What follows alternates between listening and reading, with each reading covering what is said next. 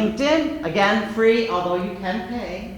There is a paid version, but I prefer free, personally.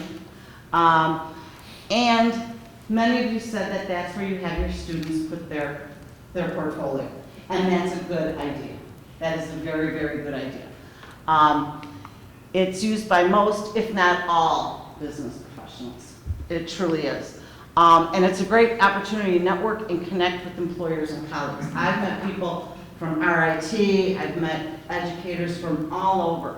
We talk about, I teach cybersecurity courses, and so I'll tweet when I read something, that happened, and I'll tweet or I'll post something on LinkedIn about cybersecurity, and the next thing I know is I have somebody that's, commenting or, asking to connect with me. I actually met a very nice professor from RIT that he's on LinkedIn like all the time. I mean, literally, he's on there. It seems like he's on there all the time.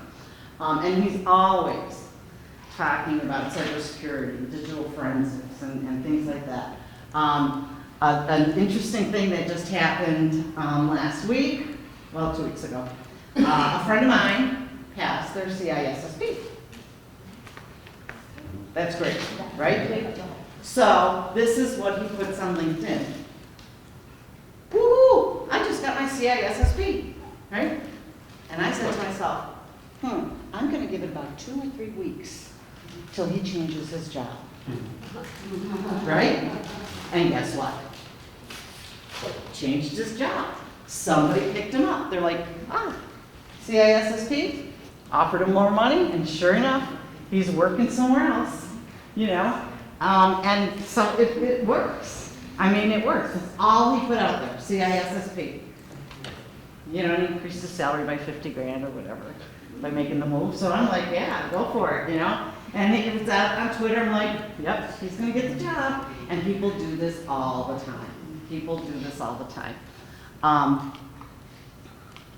Okay, it's usually the first site employers will go to search for new employees. It really, really is. I have so many people that say, I'm like, when did you get that job? They're like, oh, somebody reached out to me on LinkedIn. They saw my profile, they reached out to me on LinkedIn. So they do. They go out there and they look for people in these specific areas. It's a great place to highlight your skills. It really is a great place to highlight your skills. One of the things that I see that happens is people don't even put a lot of skills. They have maybe like 5 or 10 skills. It's like, no, you have many more skills. That's another way of branding yourself with these skills. Get letters, and usually if you highlight your skills, somebody else, and you like poke somebody and say, oh, I recommend you for these skills, they'll do the same. They'll reciprocate. Okay? And it's always good to get recommendations. It's really good to get recommendations. Give a recommendation and get a recommendation. Okay? So you can add presentation, awards, recommendations, and other items that display strengths to potential employers.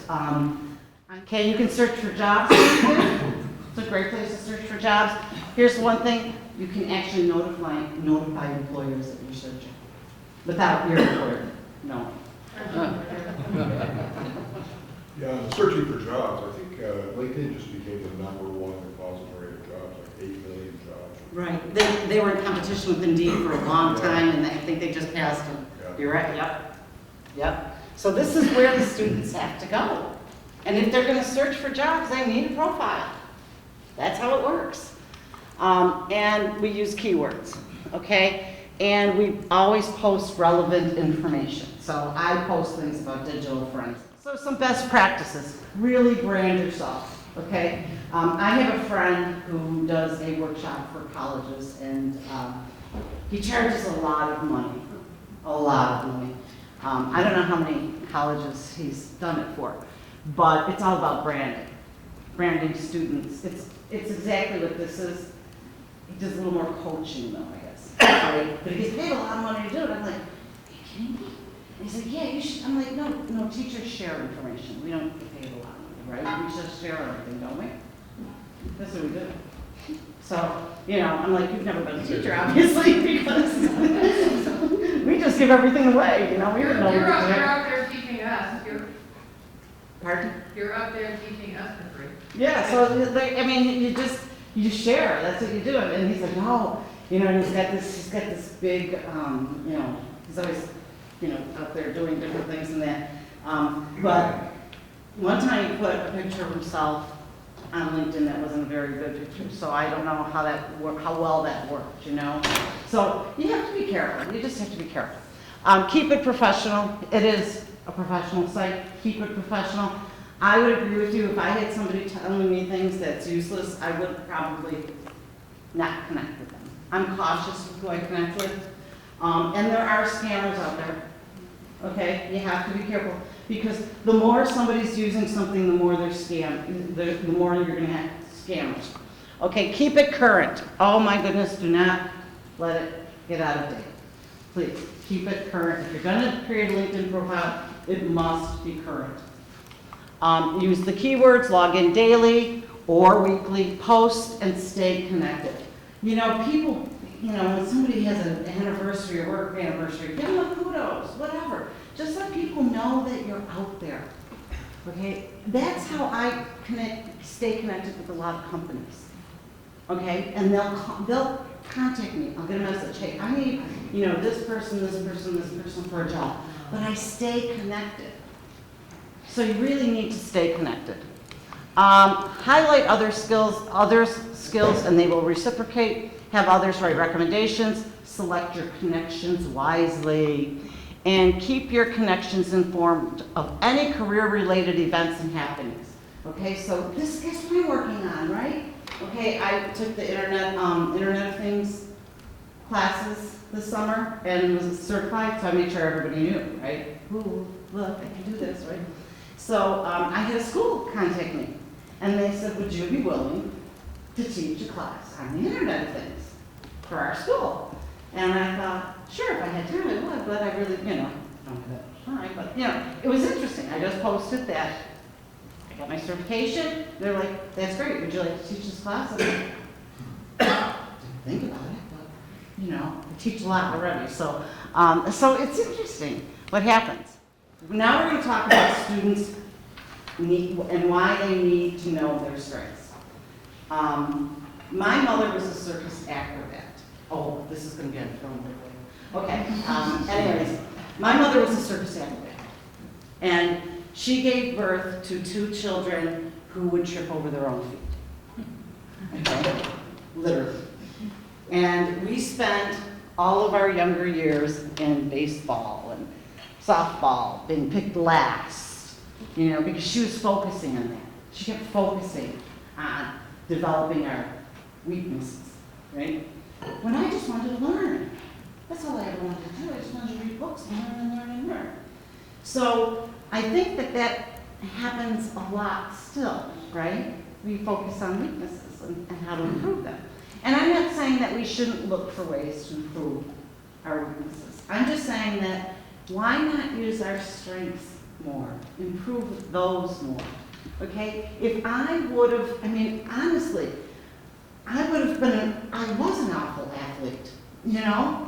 And then she thought I could play music, and the lady gave her the money back after my first music lesson. I mean, my mother's like, but I sing, and I'm an acrobat, I don't understand. I'm like, I don't either, but stop doing this to me. So, so we do that, we do it probably subconsciously, right? Because we want everybody to do well at everything, right? But I mean, I look at my students and they're all different and they're all unique and they each have their own strengths. But they don't even know what they are, right? Like somebody said, who said quiet? Did you say quiet? Yeah, I was talking about everybody. Okay, but I mean, that's a strength, isn't it? Good listener maybe, right? Yes, no? Just, yeah. But I mean, we should know our strengths. Because guess what? When they go for the interview, what do you think the employer is going to ask? What are your strengths? Right? And I'm looking at you for some help with this, right? Because you were just talking about this with Jeff. They're going to want to know what their strengths are. And students go, I don't know if I really have any. What? How can you say that? Right? And then they always ask, no, I don't know if they still do it, but they ask, what are your weaknesses? And the students just give them the whole, they just go through the whole list, right? So what I tell them is take your weakness and turn it into a strength. Like I'll always say, well, my weakness, what I used to say was, my weakness is I expect everybody to work as hard as me. So what did I tell them? I'm a hard worker, right? I ended it with the positive, the strength. So that's why students need to know their strengths. Now there's lots of ways to do it, right?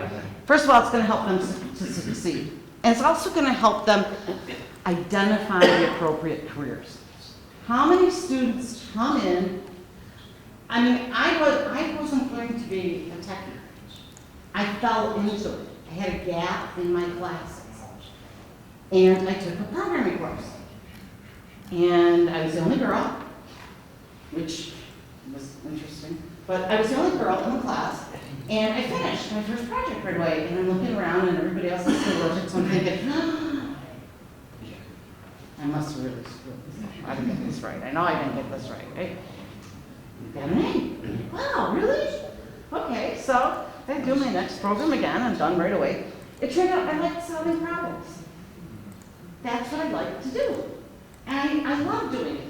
You know, I love solving problems. And that's why I really liked technology. You know, and I like working smarter, not harder.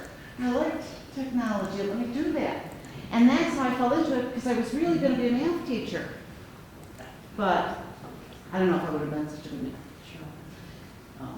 So anyway, so I fell into that. But had I not tried that, I would have never known that that would be my line of work. Because my guidance counselor didn't tell me, oh, have you thought about computers?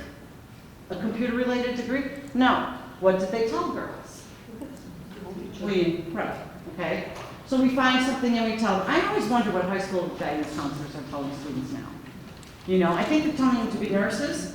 The girls are nurses, and what are the boys supposed to do now? Nurses too? Yeah. I mean, I don't know. I'll always ask them, or they'll go, get into computers.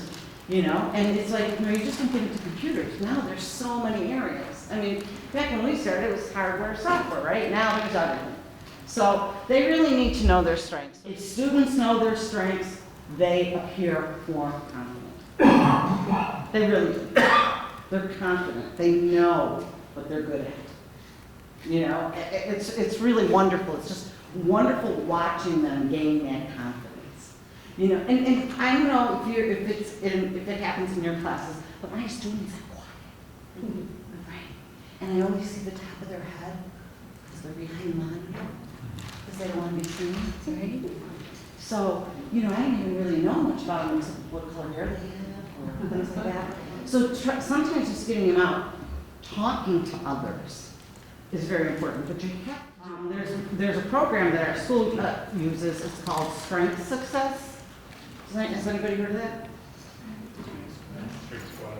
There's Strengths Plus, there's also Strengths Success. But students can actually take, it's like a little quiz, and it tells them what they're good at. Something, I don't care what this is. One of the things our school did though was they put, based on this testing that they do, they wrote their, they're moderately involved, low this, low that. I mean, why are you putting that on their profile? You've just destroyed what we're trying to do with these students. Oh yeah, they're not really engaged. Like, no, you can't do that. Take it off their profile, even if that's what you found, right? Take it. They shouldn't see that. Yeah, I couldn't believe it. I'm like, okay, if you want the teachers to see it, they're like, well, it's good for the teachers because then they'll work with them more. I'm like, take it out. The students shouldn't see that. Because you're already telling them they're not going to do well. We just told them they're not going to do well. Well, I too, as fellow had indicated, I teach as part of one of my classes, computer classes, to build a LinkedIn profile. But even at the end of the semester, I actually tell them, go back to your profile and put down what we learned. You learned how to use Excel, you know how to create a pivot table, you know how to create a presentation in PowerPoint, because they don't even think of that. And then if I see them in a follow-on class, like a programming class, I'll remind them, hey, you remember that LinkedIn profile? You know how to use Python now. Put that in your profile. Oh yeah, I never thought of that. That's so we great. have to help them realize, yes, you're picking up skills in my own class. So there you go. if you don't know what to tell them, what to put down, tell them what you taught them. Right. And they'll go, yeah, And put it down as a skill. exactly. That's what I tell them, what are our skills? You know, even just looking at the course outcomes. Okay, what are you gonna learn here? Oh, that's a skill, look, it's an actual skill in LinkedIn. So it helps them, and I think it's wonderful that you do it throughout their educational career, because we need to do that. I start mine early, you know, real early, like the first day of getting it. You know, I already gave them their first assignment to create their profile and their Google Drive and everything, and they're like, why am I doing this? But don't worry, you know, it'll all make sense in 2 years. Okay, so students really need to gain confidence. And to your point that they don't want to say they know Python, or they don't want to say they know this, they do. They know it's not a snake, okay? We're already winning, okay? They need to market themselves. We have a huge IT event every year in our area, and I have all my second-year students go to this event. And they have business cards, they create business cards, they do all kinds of things to get themselves looking sharp. And they usually end up leaving with a job. I had one student, he talked to an employer, and he said, oh, I took the Cisco course. And the gentleman asked him a Cisco question or a networking question. And he paused, and he answered the question, and the guy handed him his card, and he said, call me. And he got hired, right? But he showed up. He went to the networking event, he looked good, he could answer the question. And I'll tell you a little bit about the cards. I love the cards that they make. The students make the best business cards in the world, just so you know. They make the best ones. So we'll talk a little bit about that. Okay, so self-exploration. Okay? A lot of times we just have to think about it. We have to look inside ourselves. What are my strengths? I tell them, ask your friends, ask your parents, ask your Boy Scout leader. You know? A lot of it is self-exploration, okay? I was the quietest kid in the world. My mother used to take me to the doctor, and they thought there was something wrong because I wouldn't talk. And Joanna and I didn't talk because we were always focusing on my weaknesses. So I was failing all the time, wasn't I? I was failing in all these different things. And I didn't want to talk. I was just, and then once I found my strengths, I started talking, felt better, I probably stood up better. You know, I didn't have to play baseball. I didn't have to play football. I didn't have to do any of those things, right? I found my strengths, but when I didn't know them, I know that that's why I was really, really quiet and timid, you know, because I didn't feel good about myself. Find opportunities for positive reinforcement. I always love to tell my students something good about each one of them. And each semester I use a different method of doing it. You know, I'll have the roster and I'll just, you know, maybe go in alphabetical order with their first name. But I'll put a little check mark, I'll find out something nice about them, and I'll drop them an email. I want you to know that I really, really love the way you answered the questions today, and how you asked questions in class. That was really great, thank you. And the student will walk into class next time, very friendly, feeling good about themselves. It just takes a little bit of reinforcement. And I know that that's extra work, but you can do it in the hall. You can do it in the hall, right? I mean, I'll tell the student, that's great, you did a great job on that. I really like that, well, thank you. So identifying their strengths and helping them to know, wow, I did a good job with that, I didn't know that. Administer tests and exercises. Oh, tests. Tests are always so difficult for students. Okay, but some of my students like the Myers-Briggs, and you can find it for free. Right? I show them that. There's a free Myers-Briggs test out there. They do it, right? And they come in, EJ, you know, they all got their little initials, right? You know, the little letters. Well, that's because I'm an EJ whatever. I'm like, okay, I got it, you know. I have students do a SWOT analysis. I actually have them do a SWOT analysis of themselves. And what do you think happens? Which side has more things, the strengths or the weaknesses? Weaknesses. So you know what we do? We look at them and we say, what can we do to improve them? Okay? Or is it really a weakness? Is being quiet really a weakness? Who said so? You know, I bet you a lot of people wish I did have that weakness. You know? So, so I just have them do a simple SWOT analysis. I'm like, just go on, do it. And I don't even really look at it. I don't even look at it. And then I tell them, why don't you see if you can pick a strength, you pick a weakness, and turn it into a strength. Or how can you improve that? Or is it really a weakness? Like, oh, I can't fix cars. Do you need to fix cars? Like, you don't have to. You really don't have to. Just the ones, just make sure it knows how to parallel park, because I can't parallel park. I always, I don't like to use weaknesses. I don't like to use threats. I like to look at everything as an opportunity. But it is our weaknesses that can harm us at times, right? Okay, so it is good to know what they are, because those are the things that will bite us if we're not careful. Okay, so what is personal branding? Okay, it's an ongoing process of establishing your image. Okay, I already know people in here that are friendly. I've already got like names for you. Okay, the people that are looking at me and nodding, I love that, thank you. That's really nice. You know, people that are taking notes. Oh, they're really active learners. They're active learners, right? Personal branding.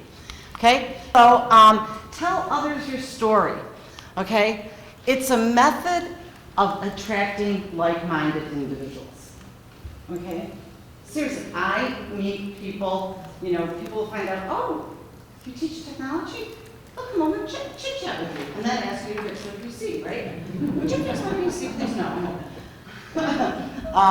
But, you know, brand yourself. All of you are amazing. I was listening to you and watching you, and I'm thinking, wow, what a phenomenal group. And I was like, checking you guys out online because I got the roster. Okay. Personal branding, best practices. Know your strengths. Career goals. What makes you unique? Okay? What makes you special? What's your superpower? Okay? If the high school, because that's how I kind of phrase it to my high school students. What's your superpower? What's your superpower? And one student's like, oh, I'm consistent. I'm like, that's a great superpower. And then one is like, I'm OCD. I'm like, I like that too. And one color codes. That one I really like. I'm like, color code too. I color code. There's a lot of color coding going on here. So, so find out what their superpower is. And they like that. You know, what's your strength? Well, I don't really know. Do you have a superpower? And the high school students have superpowers. You know, you get all excited about it. Have an elevator speech. How many people have an elevator speech? One person. We all need an elevator speech. Do you have startup grind in your areas? Startup grind? No? Well, they are in your areas. They're in all of your areas. So Startup Grind is a global organization. And what they do is entrepreneurs will go there and try to get funding for an idea. It's usually technical, 95% of the time. It's free. It's Google file. It's free. So what we do in our area is we have a 58-hour Startup Grind meeting once a year. So everybody gets up and they have to pitch their idea. You get 60 seconds to pitch your idea. And then everybody that is there votes on which ideas they think are worthy enough to move forward. And then what they do is the next day, they say, okay, we need a UI designer, we need this programmer, we need that, we need this. And they ended up, this year, they worked on 9 different projects. 112 people pitched. 9 projects were selected. The one that won And the venture capitalist approached and said, I will give you money to do that. Okay, because that's when they come, they come in the last day, and they find out, where can I make money? Like Shark Tank, it's like a Shark Tank, right? You know, you get up there, you do your pitch, they like it, they give you the money, not, you know, you don't get the money. And it's called Tilt. This is like that. And this is the idea of the app. So say there's a place you like to go locally, and then you go somewhere else, and you want to go to a place that's like that. Because this is like that. And it won first place. It was making money by the time they left on Sunday. It was already making money, and they had 3 people give them money for the project. Those are the things students need to go to, right? That's where you see the live stuff happening, okay? Startup grind, it's great, but you only get 60 seconds. So I have my students have an elevator speech, because you never know when you're going to be in that elevator with that person that may hire you. And here's an excellent story. I had a student that worked at Best Buy. And when we came in to buy a computer, and he helped her with it. And then she said, so tell me a little bit about yourself. And he gave her the elevator speech, and the next day she offered her a job. So bye-bye, Best Buy, he moved over to Delaware now. And he's doing great. He is doing great. And he was like one of those students that just like the sponge, you know, the sponge student that just absorbs everything you're saying and they believe everything you tell them. You know, like, I'll do that, I'll do that. So it was wonderful. So always have an elevator speech. That's what I tell my students, have that elevator speech. You're gonna meet somebody, you want that job, you never know. You may be going up the elevator to go for your interview and you don't even know that you're in the elevator with the CIO, right? Because now CIOs look like us, right? Because nobody has to wear suits anymore, really, you know. But I mean, so you don't even know, but have that speech, have it ready.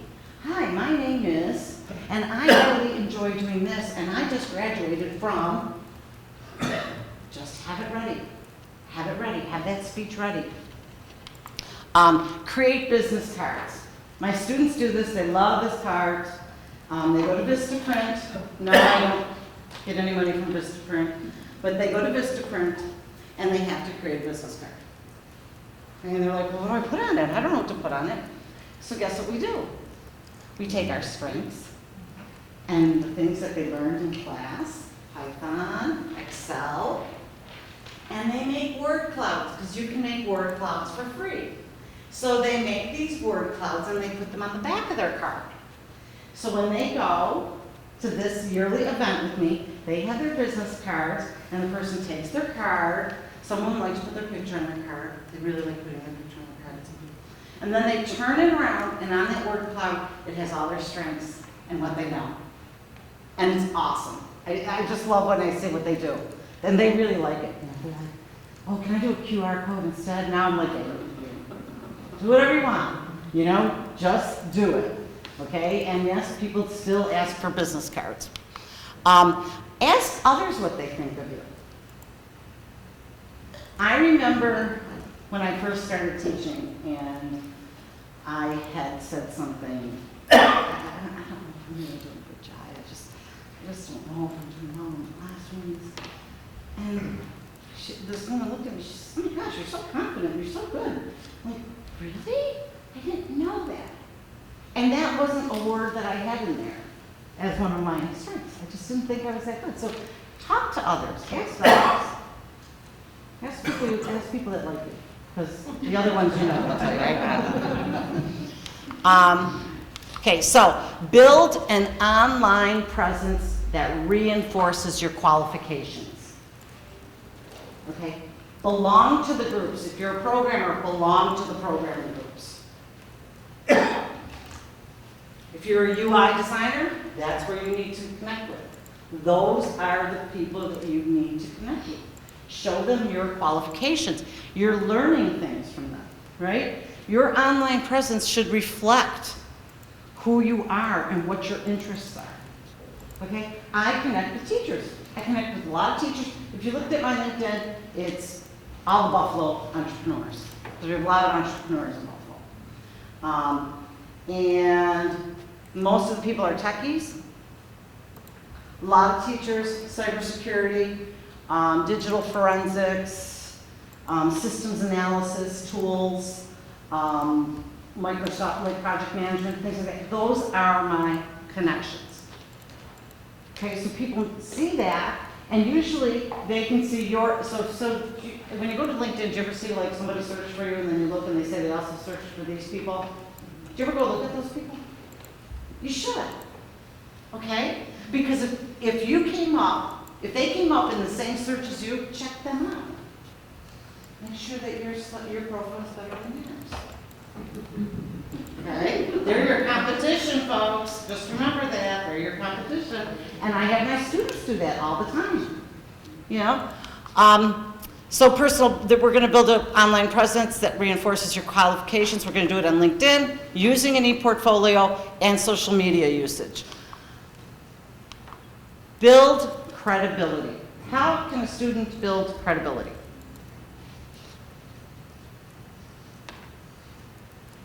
Provide samples of what they've done. Provide samples of what they've done. The portfolio. Look at, I did this. This is Or what I if they want awards or whatever. Award, the Eagle Scout. Put the Eagle Scout everywhere. You know, that's the winner in my area. Everybody hires an Eagle Scout. Build credibility. That's what they need to do. Be authentic. Be authentic. Don't be something you're not. Be honest. Right? When somebody asks you a question, I always tell them, if you don't know the answer, you know what you should do? I'm sorry, I don't know the answer, but I'll get back to you. And make sure you get back to me during this day. Get the answer, make sure you get back to that person. The saying in my class that all my students will say is, no question goes unanswered, and that is the truth. Find the answer, okay? I mean, it's right there, it's right in front of you. But make sure you're going to the right source for the answer. Be consistent. People like consistency, right? Okay? You know, everybody liked, I like that teal and black on all the flyers. Okay, that's good. That's good. Right? Because we like consistency. If I had a different background for each slide, you'd be like, whoa, what is this woman doing? Is she crazy or what? But you know, students do that with their first PowerPoint, right? It's like so busy, you're like, wow, that's amazing. You know? And me, I just like it plain. Very plain. Their notes. Don't read off your PowerPoint, you know, like it's a novel. Embrace who you are. Okay, and I tell you that from personal experience because I spent a long time trying to be athletic, and it wasn't fun. And I just like to read. That's all I like to do, you know? And I like doing math. And once I figured out that's what I like doing, everything became much easier. Right? Because I was old enough then to just like, no, I'm not going to play softball because they don't pick me anyways. And I could get killed out here. You know? I could close my eyes when the ball comes at me or something like that. I don't know. But embrace who you are. Embrace who you are. And lead by example. That's what I tell my students. You know, we had the first day of class, we talk about respect, and I asked them all, I said, do you want respect? And what's the answer? Yes. Then guess what? You need to give it. So when you talk, I'm going to be quiet and I'm going to listen to you.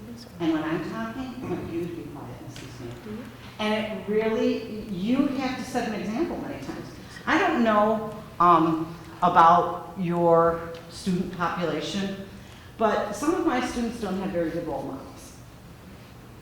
And so it's hard for them to maybe know how to do certain things or behave in certain ways because they don't have a role model. One of the things that I instituted in my department is mentors. I have mentors. You want me to give you students? You want to hire my students? Then I need your people to be mentors. And all I ask is that they communicate once a month. Just once a month. Email, phone, whatever. I'm really having a hard time doing this, or whatever it is, right? And I make the student initiate it. And then you know if they don't do it. You know the mentor tells them, right? But it's really a great thing to do. And if you can get mentors for your students, I strongly suggest you do. Grow your network. You have to grow your network, and the way you're going to do that is social media. Unfortunately, they don't really leave their homes a lot, right? Okay? Because they're gaming or whatever they're doing. But you need to grow your network. Join local groups with similar interests. Start a Grind, 43 Norm, Girl Develop It. There's a Girl Develop It group in every area. I have students that actually work for Yelp, because there's local Yelp. And they don't get paid a lot, but they get to meet a lot of people. We have another company, it's called Buffalo Game Space. And the students not only go there to play games, but they develop games there. So I get them going there because that's what they like to do.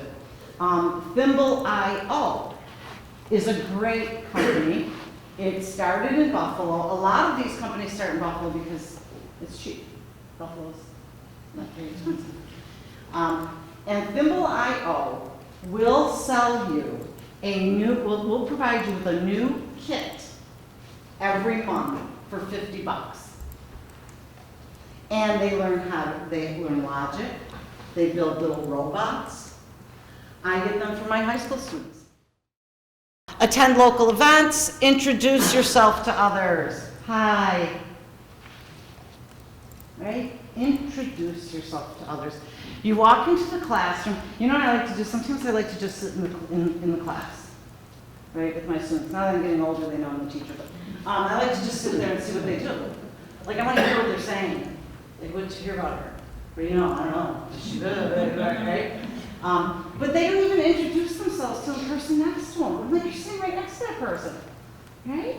So it's interesting that, and I just find that, I don't know if that's because of social media or our digital world or what. I mean, I don't know. They just don't introduce themselves to the person next to them. I went to a Cisco event, and I was there for 4 days, and I tried to introduce myself to everybody, and people were just like, really like, why is she doing that? Why does she want to know me? I don't want to know her. It was strange, but I found, and I'm like, hi, I'm Louise, and they're like, do I know you? I'm like, no, but we're spending 4 days together wiring things, and maybe I need your help. So make the right first impression. Find or create your own opportunities. Nobody's going to come out and find you, right? You need to go out and find them. You need to create your own opportunities. Okay, get out there. Be with the people that you want to be with. Go to these events. I mean, do your groups, in your areas, do you have a lot of IT groups? Do you attend their events? Good. Yeah, I make the students go. Our one group, Infotech, Western New York, I was on their board, and the student membership was $50 a year. I said, no, it can't be. I give them free membership because they're not going to join. Students are poor. This is why we're doing OERs, right? The students are poor. You have to give them free memberships. And the guy said, I can't do that. I'm like, yes, you can. You can or you won't. Right? And he said, I said, try it. Just try it for 6 months. See what happens. I call it the Marlboro, I hate saying it, but it's like the Marlboro Man thing, right? Wasn't their philosophy get them smoking early and then they'll smoke for the rest of their lives or something like that, right? The whole theory. I'm like, you gotta get them in IT now. Get in there early. Give them the free membership. So they did, and membership grew, and they were like, this is great, And so guess what? Free student membership. And you should insist on that. You should say, listen, my students want to be part of the IT group in this area. Give them a free membership. You're going to hire them. As a matter of fact, you might even meet some that you want to hire right now. So they should do that. I really think they should. Be confident, okay? Be prepared. The portfolio. People want to see what you can do. They really do. That's how it is in this day and age, especially with technology. What can you do, right? Either you have that certificate, CISSP, or you have to show them that you know something. So if you can't, you know how much that exam is? Does anybody know how much that exam is? like 10,000 or some crazy amount. Volunteer, intern, be the first to offer help. Do you do applied learning in your areas? Do you do any of that? I think it's great. Applied learning is great, okay, because it gives students, they're in class, they're working as a team, and they're doing something nice. So our students built a database for arson investigators in our area. And and it was a simple database. It was not difficult. And they ended up arresting 4 people by using this database. They were able to link these fires together. We built databases for the city mission. We actually go to senior centers and teach them how to use computers and how to use email. So an e-portfolio is a digital collection of projects, coursework, extracurricular activities, volunteer experience, awards, references, letters of recommendation, and more. Why? They're available anytime and anywhere. Someone during break had said to me, if a student brings in an e-portfolio to an interview, they talk about your portfolio. If you don't bring a portfolio to an interview, they ask you random questions. What would you like? I think the portfolio would be a great idea, right? It's a living collection of your information. What I tell students is they should just keep putting everything in there, and you just have to get them in the habit of doing it. Start it in the first semester, and I'll give you a little timeline of when I suggest you start getting your students involved in this, and it's like day 1, really. You provide examples of application of knowledge. So you say, yeah, I know how to, who had the question? This young lady had the question, the students don't think they know they're experts. Well, if they have it in their portfolio, they can then show how much they know, and someone will know how much they know, right? And make sure they put their best work out there. For accreditation and assessment purposes, usually when I have administrators in the room, this is what always gets them for the portfolios, because you can use the portfolio as an example that you are teaching the students what you said you're teaching them. Kill 2 birds with 1 stone. That's how I got into it. It can be linked to your course outcomes and your program outcomes. Try to make their development an institution or program-wide initiative. That English paper is just as important as their programming project, right? Because we want students that can read and write and explain something correctly, not just code. They should have everything in their portfolio. And students need to know the benefit of the e-portfolio. And I think I am going to steal your example of if you go to an interview with a portfolio, they'll talk about the portfolio instead of asking you random questions like what item you are in the refrigerator. You know what I tell my students is I tell my students to ask the person if they would like them to bring in a paper copy or if they could bring in their laptop and show them. Some people will say, well, share with me, share the files with me and I'll look at them. Okay, so I just tell the student to ask, because some people like paper. Some people don't ever hand, I tell the students, don't ever hand anybody a USB. Nobody's going to take your USB and put it in their computer. I don't put anybody's USB in my computer at all, right? Set clear expectations for the portfolio. What I do, I'll show you what I do when we work on some of our workshops tomorrow, and it doesn't mean that it doesn't change over time. And that usually all of my students' portfolios change over time. They may set it up a little differently because everybody's unique, right? They want to have a unique. Contain relevant career information. Keep it simple. We all know that sometimes people make things a little more difficult than they have to be. But when an employer looks at a resume, they look at it for about 30 seconds, honestly. They kind of glance at it. Your portfolio, if they're hiring you to be a programmer, they'll probably look at your programming projects a little bit longer, but they're not going to want to search for it.